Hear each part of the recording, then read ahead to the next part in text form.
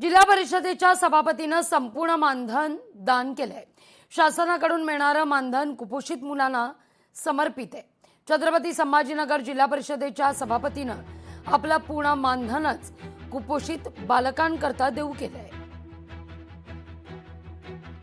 या सगळ्याचा आढावा घेतलाय सभापती सचिन गरड यांच्याशी संवाद साधलाय आपले प्रतिनिधी सचिन बडे यांनी। खूप सुंदर उपक्रम म्हणावा लागेल किंवा तुमचा निर्णय म्हणावा लागेल की तुम्ही तुमचं जेवढंही मानधन तुम्हाला मिळणार आहे शासनाकडून ते लेकरांच्या भल्यासाठी तुम्ही वापरणार आहात, काय भावना?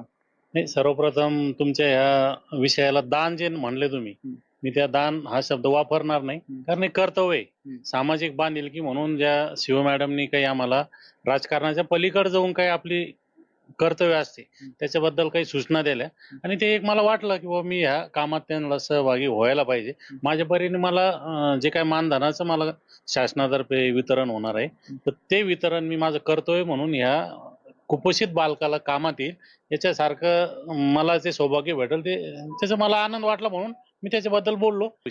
सर्व सुविधाविषयी गांभीर्याने सगळ्या नियोजन करतात, पण आपली जी सिस्टम आहे ती खालपर्यंत जाताना त्याला इतके छिद्रे पडतात की ते सामान्य माणसापर्यंत जात नाही।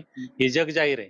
आता आपलं तुमच्या समोरच कॅबिनच्या विषयी याच्या विषयी जोरदार चर्चा चालू होती, तर ठीक आहे, उठणं बसणं हे आपण त्याच्यासाठी निवडून नाही आलो, आपण लोकांच्या समस्या सोडवण्यासाठी निवडून आलो आणि जो आपल्या कायद्याने अधिकार दिलेला आहे सभागृहाचा, बसण्याचा, कॅबिनचा, तो नक्कीच अध्यक्ष म्हणून सर्वांना ते न्याय देत आहे। नक्कीच शासनाने ज्या सुविधा आपल्याला उपलब्ध केल्या त्या सर्वसामान्य माणसापर्यंत पोहोचण्यात अडचण येणार नाही।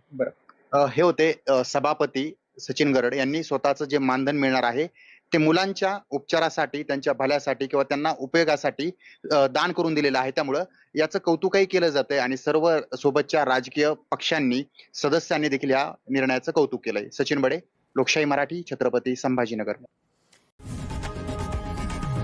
लोकशाही मराठी, ऐका, पहा, जागरूक रहा।